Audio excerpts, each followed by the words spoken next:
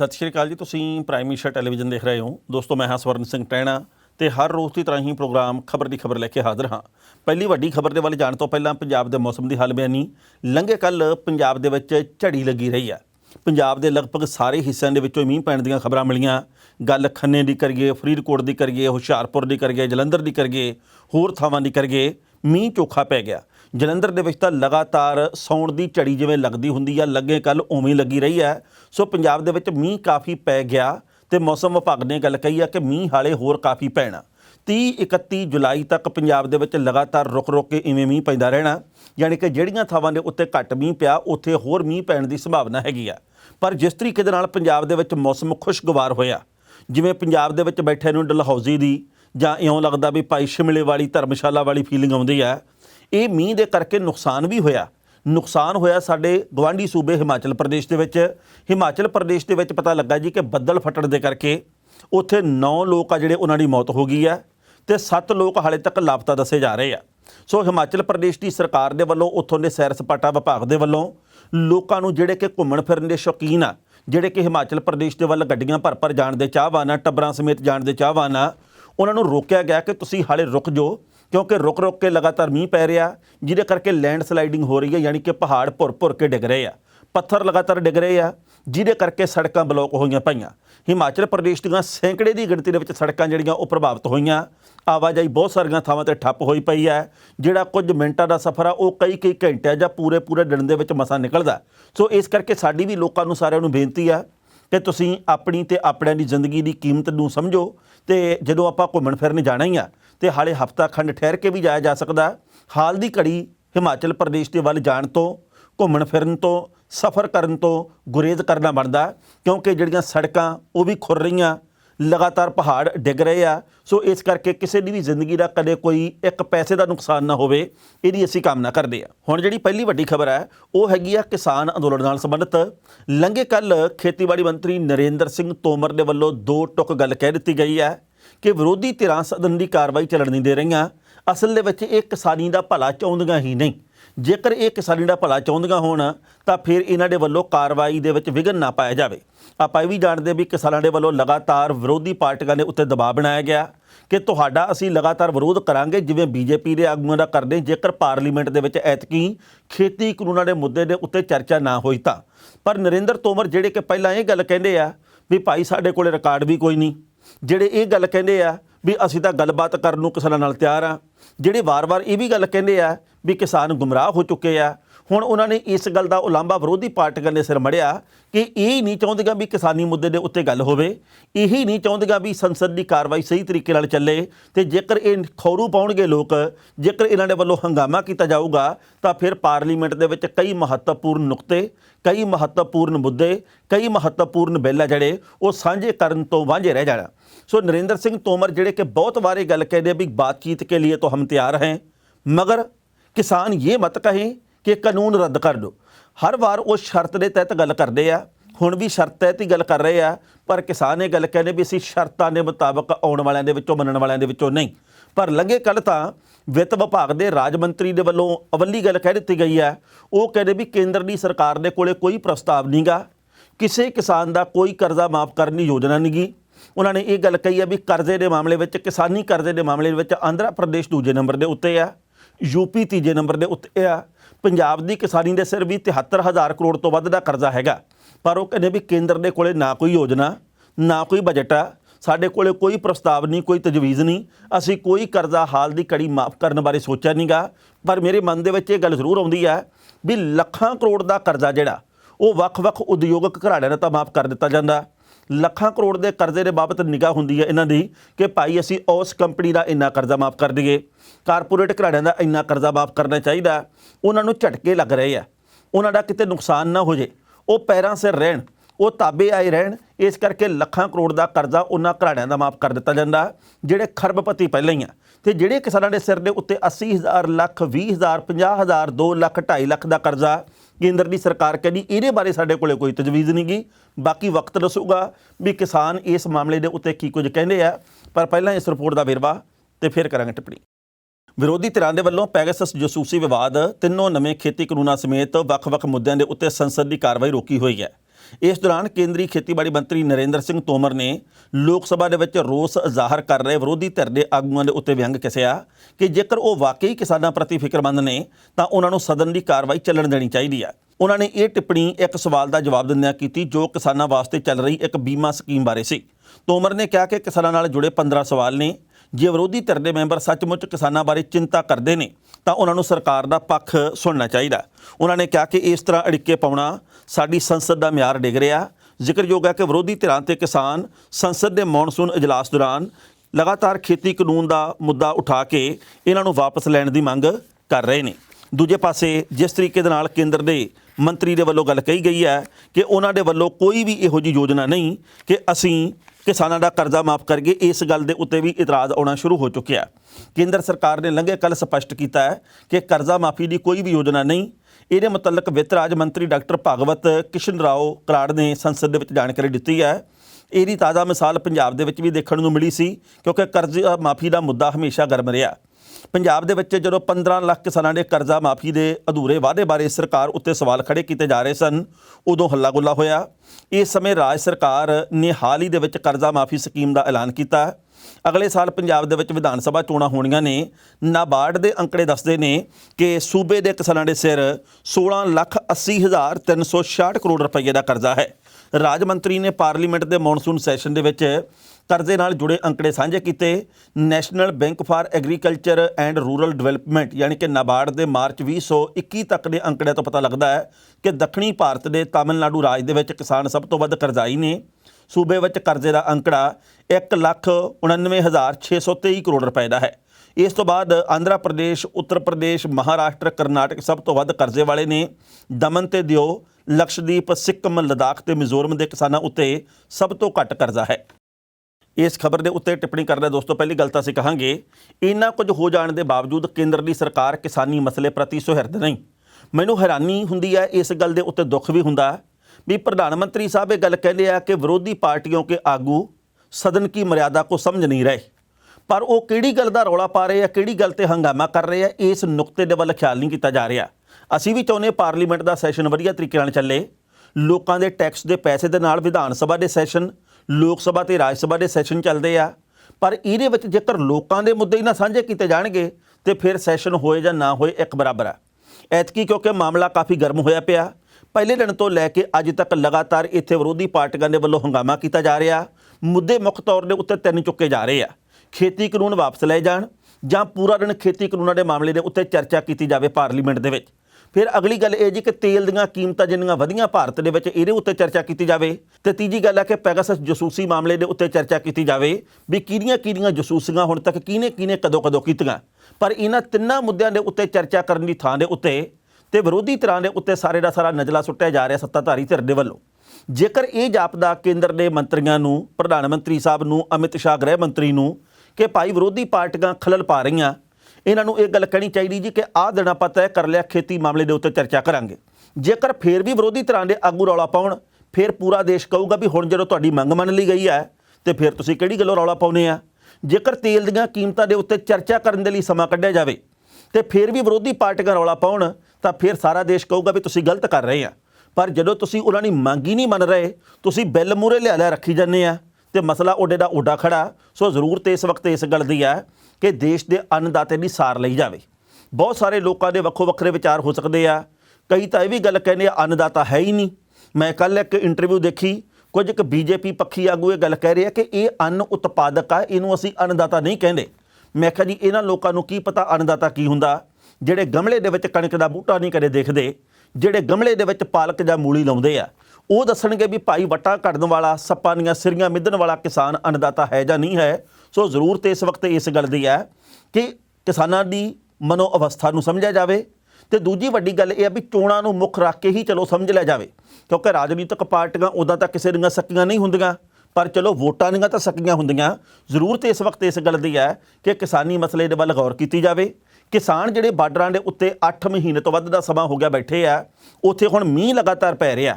ਦਿੱਲੀ ਦੇ ਬਾਰਡਰਾਂ ਦੇ ਉੱਤੇ ਮੀਂਹ ਪੈਣ ਦੇ ਕਰਕੇ ਚਾਰੇ ਪਾਸੇ ਚਰਗਲ ਵੱਜਿਆ ਹੋਇਆ, ਕਈ ਥਾਵਾਂ ਦੇ ਉੱਤੇ ਟੈਂਟ ਡੁੱਬੇ ਪਏ ਆ।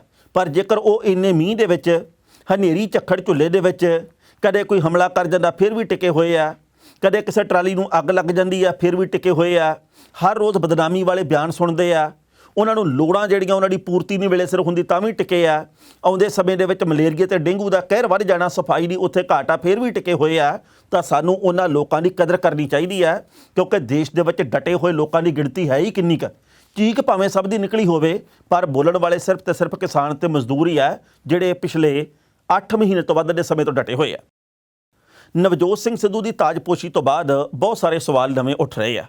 ਕੋਈ ਇਹ ਗੱਲ ਕਹਿਣਾ ਜੀ ਕਿ ਦਿਲਾਂ ਦੇ ਮੇਲੇ ਨਹੀਂ ਹੋਣ ਲੱਗੇ, ਨਾ ਇਹ ਮੇਲ ਹੋਏ ਆ ਤੇ ਨਾ ਕਦੇ ਹੋਣੇ ਆ। ਕੋਈ ਇਹ ਗੱਲ ਕਹਿਣਾ ਜੀ ਕਿ ਸਿੱਧੂ ਨੂੰ ਆਉਂਦੇ ਸਮੇਂ ਦੇ ਵਿੱਚ ਮੂਹਰੇ ਕਰਕੇ ਕੈਪਟਨ ਨੂੰ ਧੋਬੀ ਪਟਕਾ ਦੇ ਦੇਣਾ ਹਾਈ ਕਮਾਨ ਨੇ। ਕੋਈ ਕੁਛ ਕਹਿੰਦਾ, ਕੋਈ ਕੁਛ ਕਹਿੰਦਾ। ਲੰਘੇ ਕੱਲ੍ਹ ਅਸੀਂ ਖਬਰ ਸਾਂਝੀ ਕੀਤੀ ਸੀ ਕਿ 5 ਪ੍ਰੋਗਰਾਮ, 5 ਨੁਕਾਤੀ ਗੱਲਾਂ ਜਿਹੜੀਆਂ, 5 ਨੁਕਤੇ ਜਿਹੜੇ ਉਹ ਕੈਪਟਨ ਅਮਰਿੰਦਰ ਸਿੰਘ ਦੇ ਹੱਥ ਦੇ ਵਿੱਚ ਚਿੱਠੀ ਫੜਾ ਕੇ ਤੇ ਨਵਜੋਤ ਸਿੰਘ ਸਿੱਧੂ ਨੇ ਕਿਹਾ ਜੀ ਕਿ ਪਹਿਲਾਂ ਆਪਾਂ ਨੂੰ ਆਹ ਮਸਲੇ ਹੱਲ ਕਰਨੇ ਚਾਹੀਦੇ ਆ। ਕੁੱਲ 18 ਨੁਕਤੇ ਆ, 5 ਦੇ ਉੱਤੇ ਉਹਨਾਂ ਨੇ ਕੰਮ ਕਰਨ ਦੇ ਲਈ ਕਿਹਾ, 13 ਹਾਲੇ ਬਾਕੀ ਆ। ਤੇ ਪਤਾ ਲੱਗਾ ਜੀ ਕਿ ਲੰਘੇ ਕੱਲ੍ਹ ਹਾਈ ਕਮਾਨ ਨੂੰ ਮਿਲਣ ਵਾਸਤੇ ਨਵਜੋਤ ਸਿੰਘ ਸਿੱਧੂ ਫਿਰ ਪਹੁੰਚ ਗਏ ਦਿੱਲੀ। ਉਹਨਾਂ ਨੇ ਜਾ ਕੇ ਉੱਥੇ ਕੀ ਮੀਟਿੰਗ ਕੀਤੀ ਹੋਊਗੀ, ਕੀ ਵਿਚਾਰ ਦਿੱਤੇ ਜਾਂ ਲਏ ਹੋਣਗੇ, ਇਹਦੇ ਬਾਰੇ ਤਾਂ ਕੁਝ ਕਹਿ ਨਹੀਂ ਸਕਦੇ। ਪਰ ਉਸ ਦਿਨ ਦੀ ਇੱਕ ਵੀਡੀਓ ਸਾਹਮਣੇ ਆ ਰਹੀ ਹੈ ਜਿਸ ਦਿਨ ਨਵਜੋਤ ਸਿੰਘ ਸਿੱਧੂ ਦੀ ਤਾਜਪੋਸ਼ੀ ਹੋਈ ਹੈ। ਉਸ ਵੀਡੀਓ ਦੇ ਵਿੱਚ ਬਨੂੜ ਖੇਤਰ ਦੇ ਇੱਕ ਪਿੰਡ ਦੀ ਆ, ਮੈਂ ਪਿੰਡ ਦਾ ਨਾਂ ਨਹੀਂ ਲੈਂਦਾ, ਅਸੀਂ ਸਾਰੇ ਪਿੰਡਾਂ ਦਾ ਸਤਿਕਾਰ ਕਰਦੇ ਹਾਂ, ਪਰ ਦੁੱਖ ਬਹੁਤ ਹੋਇਆ ਇਸ ਵੀਡੀਓ ਨੂੰ ਵੇਖ ਕੇ। ਮੈਂ ਨਹੀਂ ਕਹਿੰਦਾ ਵੀ ਭਾਈ ਫਲਾਣੇ ਨੇਤਾ ਨੇ ਦਾਰੂ ਦੀਆਂ ਬੋਤਲਾਂ ਦਿੱਤੀਆਂ, ਹੋ ਸਕਦਾ ਵੀ ਆਪ ਲਈਆਂ ਹੋਣ, ਹੋ ਸਕਦਾ ਕਿਸੇ ਨੇਤਾ ਨੇ ਦਿੱਤੀਆਂ ਹੋਣ ਵੀ ਭਾਈ ਆਓ ਤੁਸੀਂ ਸਾਡੇ ਨਾਲ ਰੈਲੀ ਦੇ ਵਿੱਚ, ਇਕੱਠ ਦੇ ਵਿੱਚ ਸ਼ਾਮਲ ਹੋਵੋ ਤੇ ਤੁਹਾਨੂੰ ਪੀਣ ਖਾਣ ਦੀ ਕਸਰ ਨਹੀਂ ਸੀ ਰਹਿਣ ਦੇਵਾਂਗੇ। ਪਰ ਉਹਨਾਂ ਬੋਤਲਾਂ ਨੂੰ ਵੇਖ ਕੇ, ਉਸ ਵੀਡੀਓ ਨੂੰ ਵੇਖ ਕੇ ਪੰਜਾਬ ਦਾ ਵਰਤਮਾਨ ਤੇ ਪੰਜਾਬ ਦਾ ਭਵਿੱਖ ਸਾਹਮਣੇ ਆ ਜਾਂਦਾ। ਇਹਦੇ ਵਿੱਚ ਨਵਜੋਤ ਸਿੰਘ ਸਿੱਧੂ ਦਾ ਮੈਨੂੰ ਲੱਗਦਾ ਨਹੀਂ ਕੋਈ ਕਸੂਰ ਹੋਊਗਾ, ਪਰ ਜਿਹੜੀ ਇਲਾਕਿਆਂ ਦੇ ਹਲਕਿਆਂ ਦੇ ਨੇਤਾ ਹੈਗੇ ਆ ਉਹਨਾਂ ਦੇ ਵੱਲੋਂ ਬਹੁਤ ਕੁਝ ਕੀਤਾ ਜਾਂਦਾ। ਬਹੁਤ ਵੱਡੀ ਗਿਣਤੀ ਦੇ ਵਿੱਚ ਅਸੀਂ ਅੱਜ ਤੱਕ ਰੈਲੀਆਂ ਇਹੋ ਜਿਹੀਆਂ ਦੇਖੀਆਂ ਜਿੱਥੋਂ ਆਥਣ ਦੇ ਵੇਲੇ ਮੁੜਦੇ ਹੋਏ ਲੋਕ ਆ ਜਿਹੜੇ, ਉਹ ਕਈ ਥਾਵਾਂ 'ਤੇ ਅਸੀਂ ਦੇਖੇ ਆ ਵੀ ਬੱਸਾਂ ਦੇ ਵਿੱਚ ਹੀ ਪੈਗ ਨਾਲ ਪੈਗ ਟਕਰਾਉਂਦੇ ਹੁੰਦੇ ਆ। ਇਹ ਉਹ ਲੋਕ ਆ ਜਿਹੜੇ ਪਊਏ ਦੇ ਉੱਤੇ ਵਿਕ ਜਾਂਦੇ ਆ। ਇਹ ਉਹ ਲੋਕ ਆ ਜਿਹੜੇ ਕੁੱਕੜ ਦੀਆਂ 4 ਹੱਡੀਆਂ ਦੇ ਉੱਤੇ ਵਿਕ ਜਾਂਦੇ ਆ ਤੇ दारू ਪੀ ਕੇ ਬਾਅਦ ਦੇ ਵਿੱਚ ਕਹਿਣਗੇ ਵੀ ਪੰਜਾਬ ਦੇ ਮਸਲੇ ਬਹੁਤ ਵੱਡੇ ਆ। ਪੰਜਾਬ ਨੂੰ ਬਰਬਾਦ ਕਰਤਾ ਰਾਜਨੀਤਿਕ ਪਾਰਟੀਆਂ ਨੇ। ਕੋਈ ਮਹਾਰਾਜ ਹੀ ਬਚਾ ਸਕਦਾ ਪੰਜਾਬ ਨੂੰ, ਇਹ ਨਹੀਂ ਪਤਾ ਵੀ ਡੋਬਣ ਵਾਲਿਆਂ ਦੇ ਵਿੱਚ ਅਸੀਂ ਵੀ ਸ਼ਾਮਲ ਆ। ਜਦੋਂ ਤੁਹਾਡਾ ਕਿਰਦਾਰ ਹੀ ਇੰਨਾ ਮਾੜਾ ਵੀ 2 ਘੁੱਟਾਂ ਪਿਆਓ ਭਾਵੇਂ ਤੁਹਾਨੂੰ ਖੂਹ 'ਚ ਸਿੱਟ ਦਿਓ, ਤੇ ਫਿਰ ਤੁਸੀਂ ਕਿਹੜੀ ਗੱਲੋਂ ਆਸ ਕਰਦੇ ਹੋ ਵੀ ਭਾਈ ਪੰਜਾਬ ਦੇ ਉੱਤੇ ਕਦੇ ਚੰਗੇ ਦਿਨ ਆਉਣ? ਤੁਹਾਡੇ ਮੂੰਹ ਦੇ ਵਿੱਚੋਂ ਚੰਗੇ ਦਿਨਾਂ ਦੀ ਗੱਲ ਨਿਕਲਣੀ ਇਹ ਵੀ ਗੁਨਾਹ ਵਰਗੀ ਹੈ। ਸੋ ਜ਼ਰੂਰਤ ਇਸ ਵਕਤ ਇਸ ਗੱਲ ਦੀ ਹੈ ਵੀ ਇਹ ਸਮਝਿਆ ਜਾਵੇ ਕਿ ਅਸੀਂ ਮੁਫਤ ਦੀ ਦਾਰੂ ਪੀ ਕੇ ਕੀ ਖੱਟਿਆ। ਸਾਡੇ ਆਪਦੇ ਨਿਆਣਿਆਂ ਦੀ ਚੀਕ ਨਿਕਲੀ ਪਈ ਆ, ਸਾਡਾ ਆਪਦਾ ਭਵਿੱਖ ਨਿਰਮਈ ਹੋਇਆ ਪਿਆ, ਪਰ ਕਿਉਂਕਿ ਆਪਾਂ ਮੁਫਤ ਖੋ ਰਹੇ ਹਾਂ, ਆਪਾਂ ਨੂੰ ਮੁਫਤ ਦੇ ਵਿੱਚ ਜ਼ਹਿਰ ਮਿਲ ਜੇ ਆਪਾਂ ਕਦੇ ਉਹ ਵੀ ਨਹੀਂ ਛੱਡਦੇ। ਸੋ ਉਹ ਵੀਡੀਓ ਜਿਹੜੀ ਉਹ ਪੰਜਾਬ ਦੇ ਭਵਿੱਖ ਦੇ ਬਾਰੇ ਬਹੁਤ ਕੁਝ ਚਾਨਣ ਪਾਉਂਦੀ ਹੈ। ਕਿਸੇ ਨੇ ਮੰਨਣਾ ਨਹੀਂ ਕਿ ਮੈਂ ਦਾਰੂ ਦੀਆਂ ਬੋਤਲਾਂ ਦਿੱਤੀਆਂ, ਪਰ ਅਸੀਂ ਜਿਹੜੇ ਕਿ ਪੀਣ ਵਾਲੇ ਆ, ਜਿਹੜੇ ਕਿ ਰੈਲੀਆਂ ਦੇ ਵਿੱਚ ਗਏ ਆ, ਜਿਹੜੇ ਇਕੱਠ ਦੇ ਵਿੱਚ ਹਿੱਸਾ ਬਣੇ ਆ, ਜਿਹੜੇ ਝੋਲਿਆਂ ਦੇ ਵਿੱਚੋਂ ਕੱਢ ਕੇ ਬੋਤਲਾਂ ਵੰਡ ਰਹੇ ਆ ਵੀ ਆਹ ਭਾਈ ਤੇਰੇ ਹਿੱਸੇ ਦੀਆਂ, ਤੇਰੇ ਹਿੱਸੇ ਦੀਆਂ, ਤੇ ਬੱਸ ਦੇ ਡਰਾਈਵਰ ਨੂੰ ਵੀ ਬੋਤਲਾਂ ਦਿੱਤੀਆਂ ਜਾ ਰਹੀਆਂ ਵੀ ਤੂੰ ਵੀ ਸਾਡਾ ਭਰਾ ਖਿੱਚ ਅੱਜ ਫਿਰ ਆਪਣੇ ਹੁੰਦਿਆਂ ਫਿਕਰ ਨਹੀਂ ਕਰਨੀ ਗੀ। ਸੋ ਫਿਕਰ ਪੰਜਾਬ ਦਾ ਕਰਨਾ ਚਾਹੀਦਾ। ਤੜਕੇ ਨੂੰ ਪਤਾ ਨਹੀਂ ਹੁੰਦਾ ਗਾ ਵੀ ਦਾਰੂ ਪੀਤੀ ਸੀ ਕਿ ਨਹੀਂ ਪੀਤੀ, ਪਰ ਇਸ ਗੱਲ ਦਾ ਚੇਤਾ ਸਾਨੂੰ ਰਹਿਣਾ ਚਾਹੀਦਾ ਕਿ ਅੱਜ ਦਾਰੂ ਪੀ ਕੇ ਮਾਰੇ ਗਏ ਲਲਕਾਰੇ ਆਉਣ ਵਾਲੀਆਂ ਪੀੜ੍ਹੀਆਂ ਦੀਆਂ ਚੀਕਾਂ ਬਣ ਕੇ ਸਾਹਮਣੇ ਆਉਣਗੇ ਤੇ ਆ ਵੀ ਰਹੇ ਆ। ਪਹਿਲਾਂ ਇਸ ਰਿਪੋਰਟ ਦਾ ਵੇਰਵਾ ਤੇ ਫਿਰ ਕਰਾਂਗੇ ਟਿੱਪਣੀ। ਪੰਜਾਬ ਕਾਂਗਰਸ ਦੇ ਪ੍ਰਧਾਨ ਬਣੇ ਨਵਜੋਤ ਸਿੰਘ ਸਿੱਧੂ ਦੇ ਚੰਡੀਗੜ੍ਹ ਦੇ ਵਿੱਚ ਕਰਵਾਏ ਗਏ ਤਾਜਪੋਸ਼ੀ ਸਮਾਗਮ ਦੇ ਵਿੱਚ ਸ਼ਾਮਲ ਹੋਣ ਵਾਲੇ ਕਾਂਗਰਸੀ ਵਰਕਰਾਂ ਨੇ ਪੰਜਾਬ ਸਰਕਾਰ ਦੀਆਂ ਨਸ਼ਾ ਵਿਰੋਧੀ ਮੁਹਿੰਮਾਂ ਦੀਆਂ ਧੱਜੀਆਂ ਸ਼ਰੇਆਮ ਉਡਾਈਆਂ ਨੇ।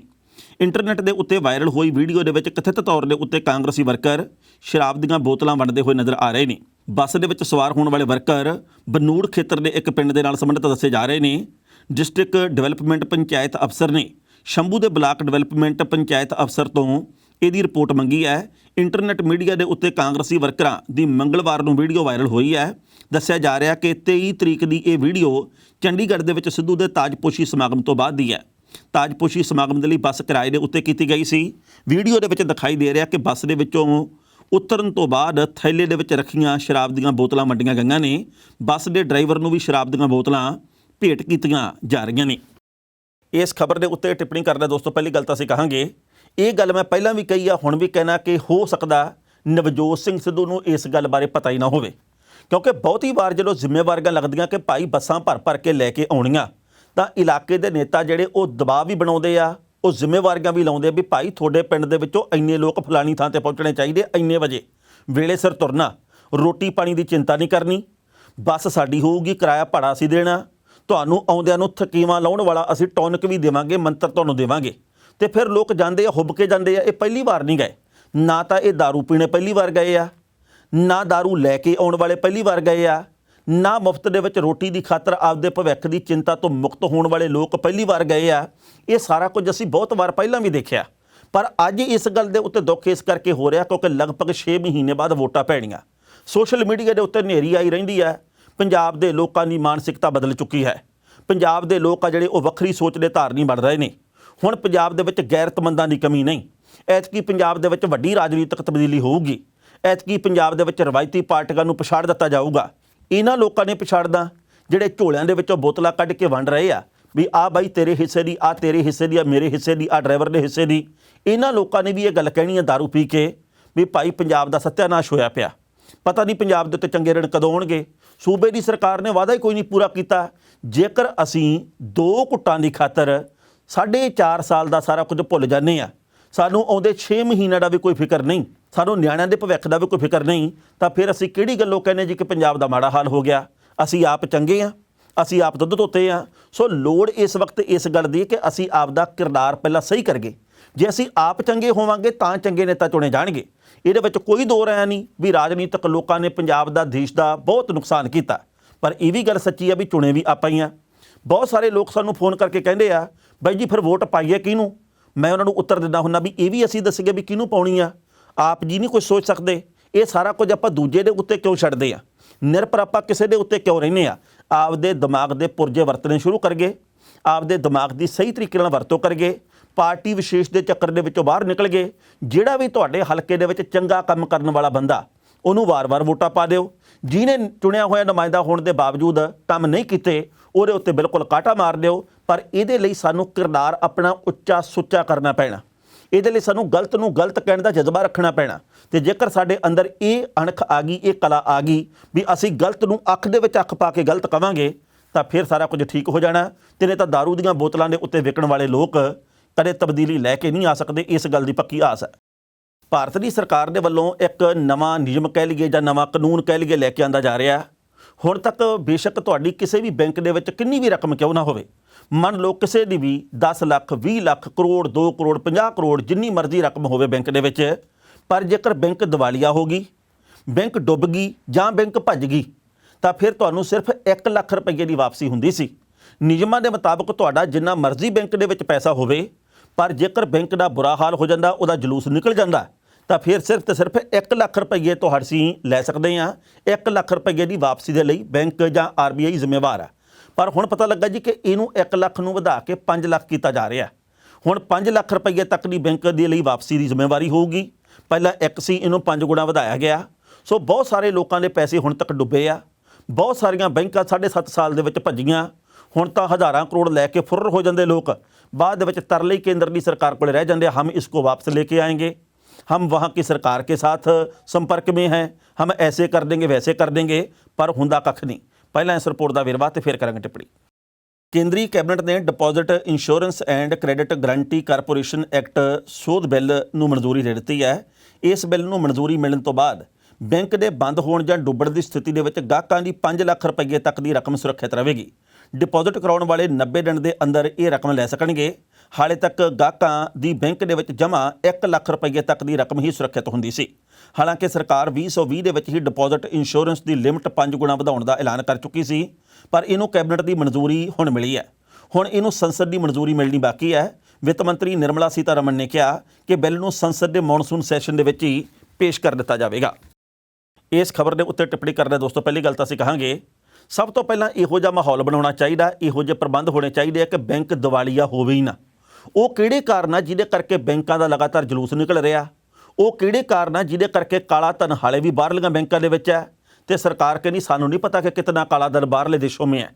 ਉਹ ਕਿਹੜੇ ਕਾਰਨ ਆ ਜਿਹਦੇ ਕਰਕੇ ਬਾਹਰਲੇ ਮੁਲਕਾਂ ਦੇ ਵਿੱਚ ਭੱਜ ਗਏ ਲੋਕ, ਵਾਪਸ ਨਹੀਂ ਲਿਆਂਦੇ ਜਾ ਸਕੇ, ਉਹਨਾਂ ਦੇ ਧਨ ਦੇ ਉੱਤੇ ਕੋਈ ਡਾਕਾ ਨਹੀਂ ਪੈ ਸਕਿਆ, ਉਹ ਸਾਡੇ ਡਾਕੇ ਮਾਰ ਕੇ ਭੱਜ ਗਏ ਆ। ਸੋ ਸੋਚਣਾ ਵਿਚਾਰਨਾ ਬਣਦਾ। ਪਰ ਇਹਦੇ ਵਿੱਚ ਇੱਕ ਹੋਰ ਵੀ ਗੱਲ ਹੈ, ਰਕਮ ਭਾਵੇਂ ਤੁਹਾਡੀ 5 ਲੱਖ ਰੁਪਏ ਤੱਕ ਦੀ ਹੈ, ਸੁਰੱਖਿਅਤ ਰਹੂਗੀ ਇੱਕ ਬੈਂਕ ਦੇ ਵਿੱਚ, ਪਰ ਜੇਕਰ ਇੱਕੋ ਬ੍ਰਾਂਚ ਦੇ ਵਿੱਚ ਤੁਹਾਡੇ 1 ਤੋਂ ਵੱਧ ਅਕਾਊਂਟ ਹੈ, ਰਕਮ ਤਾਂ ਵੀ ਤੁਹਾਡੀ 5 ਲੱਖ ਹੀ ਰਹਿਣੀ ਹੈ ਸੁਰੱਖਿਅਤ। ਮੰਨ ਲਓ ਵੀ ਇੱਕ ਤੁਹਾਡਾ ਖਾਤਾ ਪੰਜਾਬ ਨੈਸ਼ਨਲ ਬੈਂਕ ਦੇ ਵਿੱਚ ਜਲੰਧਰ ਹੈ, ਪੰਜਾਬ ਨੈਸ਼ਨਲ ਬੈਂਕ ਦੇ ਵਿੱਚ ਹੀ ਫਰੀਦਕੋਟ ਹੈ, ਪੰਜਾਬ ਨੈਸ਼ਨਲ ਬੈਂਕ ਦੇ ਵਿੱਚ ਹੀ ਜਾਂ ਬਠਿੰਡੇ ਆ ਜਾਂ ਕਿਤੇ ਹੋਰ ਹੈ, ਯਾਨੀ ਕਿ ਉਸ ਸੰਬੰਧਿਤ ਬੈਂਕ ਦੇ ਵਿੱਚ ਇੱਕ ਤੋਂ ਵੱਧ ਖਾਤੇ ਆ, ਤਾਂ ਵੀ ਤੁਹਾਡੀ ਰਕਮ ਸਿਰਫ 5 ਲੱਖ ਤੱਕ ਸੁਰੱਖਿਅਤ ਰਹੂਗੀ। ਇਹ ਨਹੀਂ ਵੀ ਫਲਾਣੀ ਬ੍ਰਾਂਚ ਦੇ ਵਿੱਚ ਖੁਲਾਇਆ 5 ਲੱਖ ਉੱਥੇ ਮੇਰਾ ਬਚ ਜਾਣਾ, ਫਲਾਣੀ 'ਚ ਖੁਲਾਇਆ 5 ਲੱਖ ਉੱਥੇ ਬਚ ਜਾਣਾ, ਇੱਕੋ ਬੈਂਕ 'ਚ ਮੇਰੇ 3 ਖਾਤੇ ਚੱਲਦੇ ਆ, ਇੱਕੋ ਨਾਂ ਦੇ ਉੱਤੇ ਮੇਰੇ ਤਾਂ 15 ਲੱਖ ਰੁਪਈਆ ਬਚ ਜਾਊਗਾ ਜੇਕਰ ਬੈਂਕ ਡੁੱਬ ਗਈ। ਇੱਦਾਂ ਦੀ ਗੱਲ ਨਹੀਂ ਆ। ਇਹ ਮੈਂ ਕੋਈ ਉਦਾਹਰਨ ਦੇ ਤੌਰ ਤੇ ਗੱਲ ਦੱਸੀ ਆ। ਇਹੀ ਨਹੀਂ, ਬਹੁਤ ਸਾਰੀਆਂ ਬੈਂਕਾਂ ਹੁਣ ਤੱਕ ਭੱਜੀਆਂ, ਬਹੁਤ ਸਾਰੀਆਂ ਬੈਂਕਾਂ ਦੇ ਉੱਤੇ ਹਾਲੇ ਤੱਕ ਲੋਕਾਂ ਦਾ ਯਕੀਨ ਵੱਜਿਆ ਹੋਇਆ। ਸੋ ਕੇਂਦਰ ਦੀ ਸਰਕਾਰ ਨੂੰ ਚਾਹੀਦਾ ਕਿ ਉਹ ਹਾਲਾਤ ਇਹੋ ਜਿਹੇ ਪੈਦਾ ਹੀ ਨਾ ਹੋਣ ਦੇਵੇ ਕਿ ਬੈਂਕਾਂ ਦਿਵਾਲੀਆ ਹੋ ਜਾਣ। ਅੱਜ ਤਾਂ ਪਤਾ ਹੀ ਨਹੀਂ ਲੱਗਦਾ, ਸਵੇਰ ਦੇ ਵੇਲੇ ਉੱਠਦੇ ਆ ਤਾਂ ਜਿਹੜੀ ਬੈਂਕ ਦੇ ਵਿੱਚ ਤੁਹਾਡਾ ਖਾਤਾ, ਉਹ ਬੈਂਕ ਕਿਹਦੇ ਨਾਲ ਰਲ ਗਈ, ਲੋਕਾਂ ਨੂੰ ਪਤਾ ਹੀ ਨਹੀਂ ਇਸ ਗੱਲ ਦਾ। ਬਾਅਦ 'ਚ ਉਦੋਂ ਪਤਾ ਲੱਗਦਾ ਜਦੋਂ ਕਿਹਾ ਜਾਂਦਾ ਜੀ ਕਿ IFSC ਕੋਡ ਤੁਹਾਡਾ ਬਦਲ ਗਿਆ, ਹੁਣ ਇਹਦੇ ਲਈ ਮਿਹਨਤ ਕਰੋ ਜੀ, ਜਾਓ ਬੈਂਕ ਦੇ ਵਿੱਚ ਫੋਨ ਕਰੋ ਜਾਂ ਵੀ ਉੱਥੋਂ ਨਵਾਂ ਲੈ ਕੇ ਆਓ। ਸੋ ਬੈਂਕਾਂ ਦੇ ਰਲੇਵੇਂ ਹੋ ਰਹੇ ਆ, ਬੈਂਕ ਮੁਲਾਜ਼ਮ ਲਗਾਤਾਰ ਹੜਤਾਲਾਂ ਦੇ ਉੱਤੇ ਆ, ਉਹਨਾਂ ਨੂੰ ਨਿੱਜੀਕਰਨ ਦਾ ਡਰ ਸਤਾ ਰਿਹਾ ਤੇ ਨਿੱਜੀਕਰਨ ਹੋ ਵੀ ਰਿਹਾ। ਸੋ ਆਉਂਦੇ ਸਮੇਂ ਦੇ ਵਿੱਚ ਬੈਂਕਿੰਗ ਖੇਤਰ ਦਾ ਕੀ ਬਣੂਗਾ ਵਕਤ ਦੱਸੂਗਾ। ਕੋਈ ਵੇਲਾ ਸੀ ਜਦੋਂ ਬਹੁਤ FD ਦੇ ਉੱਤੇ ਵਿਆਜ ਵੀ ਮਿਲਦਾ ਸੀ, ਅੱਜ ਵਿਆਜ ਵੀ ਬਹੁਤ ਬੌਣਾ ਰਹਿ ਗਿਆ।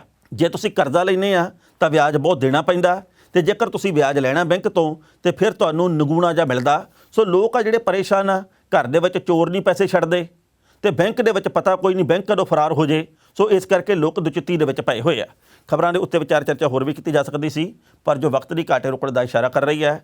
ਕੱਲ੍ਹ ਨੂੰ ਇਸੇ ਵੇਲੇ ਖਬਰ ਦੀ ਖਬਰ ਲੈ ਕੇ ਫਿਰ ਹਾਜ਼ਰ ਹੋਵਾਂਗੇ। ਉਦੋਂ ਤੱਕ ਲਈ ਦਿਓ ਆਗਿਆ। ਬਹੁਤ ਬਹੁਤ ਮਿਹਰਬਾਨੀ।